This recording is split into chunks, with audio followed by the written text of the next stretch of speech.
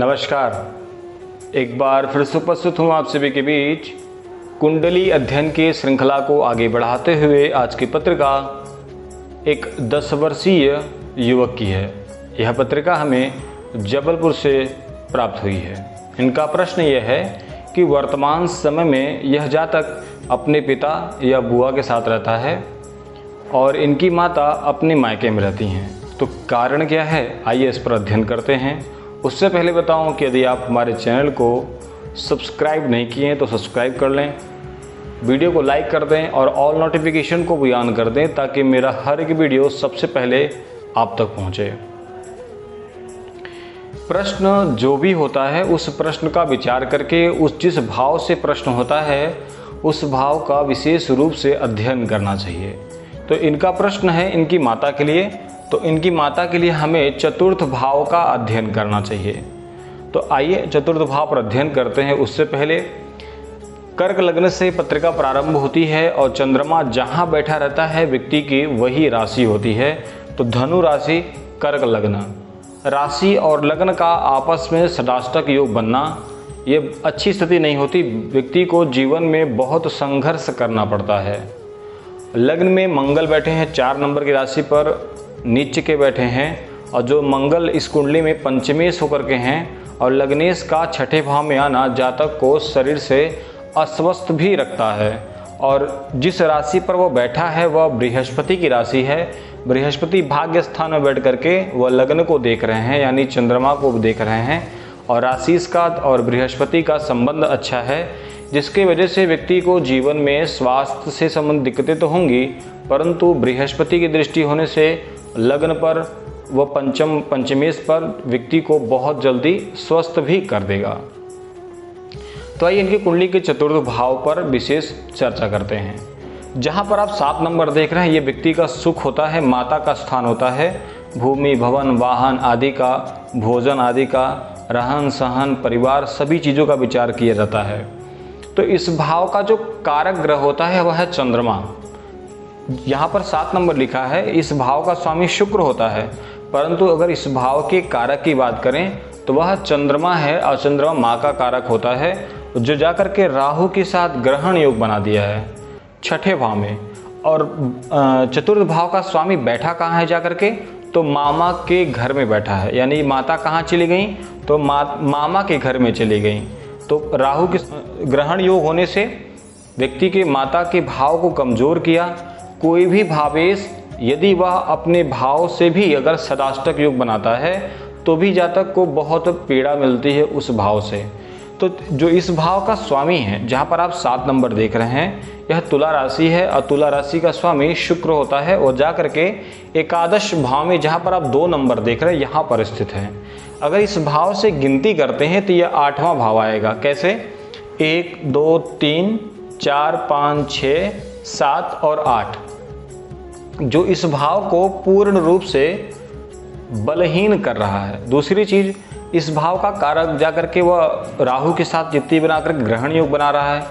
चतुर्थ भाव का स्वामी बैठा कहाँ है जाकर के? तो जाकर बैठा है अपने मामा के घर में, इस जातक के मामा के घर में और ये जो जातिका है यानी जो माता है इनकी है वो जाकर कहाँ बैठ गई? अपने भाई के घर में।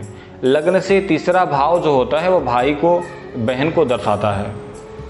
इस भाव का स्वामी जाकर के शुक्र एकादश भाव में बैठा है। 2 पाप ग्रहों के बीच में, केतु और सूर्य के बीच में बैठ करके यह भावेश को भी बहुत ज़्यादा पीड़ित कर रहा है।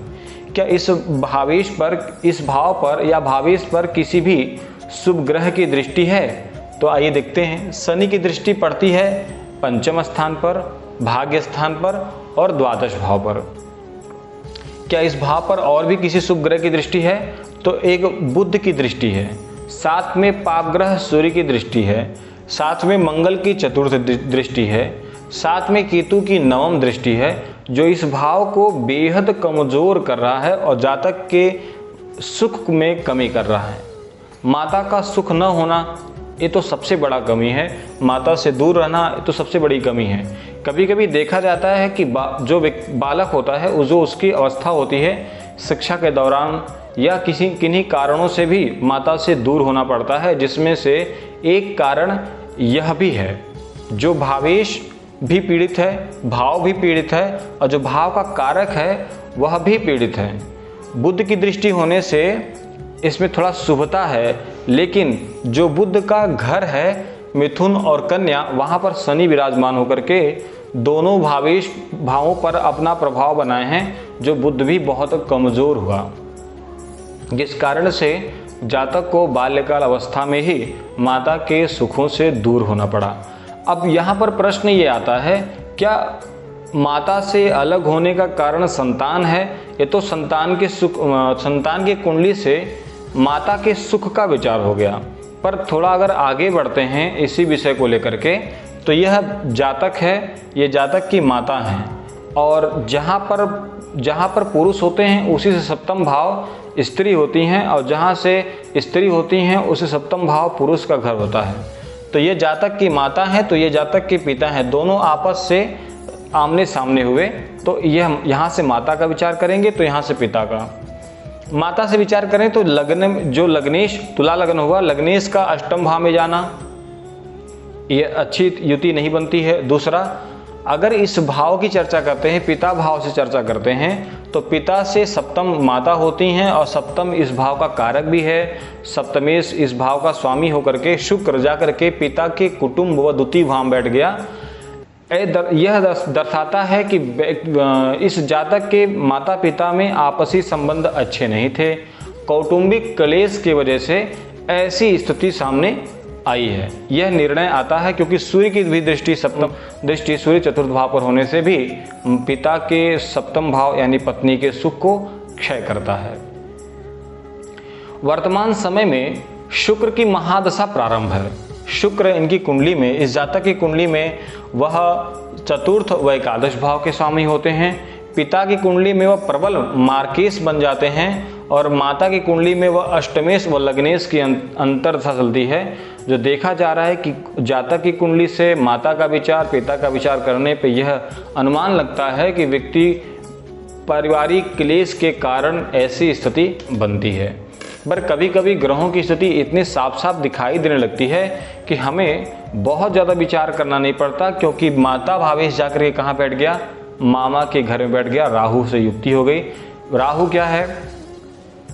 राहु से यदि कोई भी ग्रह प्रभावित होता है, चंद्रमा यदि होता है, तो वह भय व संशय व शंकाओं का घर बन जाता है। यानी जो विवाद अगर हुआ भी होगा तो वह आपसी संबंध अच्छा ना होने के कारण और एक दूसरे पर अच्छा विश्वास भी न होने के कारण ऐसी स्थिति बन सकती है। वर्तमान समय में अगर देखा जाए तो बृहस्पति अभी इस भाव पर बैठ करके वह चतुर्थ भाव को देख रहे हैं। अगर उनसे बातचीत किया जाए या उनसे बात व्यवहार बनाया जाए तो उनका वापसी भी हो सकता है, जो जातक के लिए अनुकूल रहेगा। शुक्र की महादशा वर्तमान समय प्रारंभ है, जो जातक को इन पीड़ाओं से सामना करना पड़ा। प्रिय दर्शकों, एक ही कुंडली से माता पिता के साथ साथ संतान से भी चर्चा हमने किया आज के विषय में। आज के लिए इतना ही, मिलते हैं अगले वीडियो में। नमस्कार।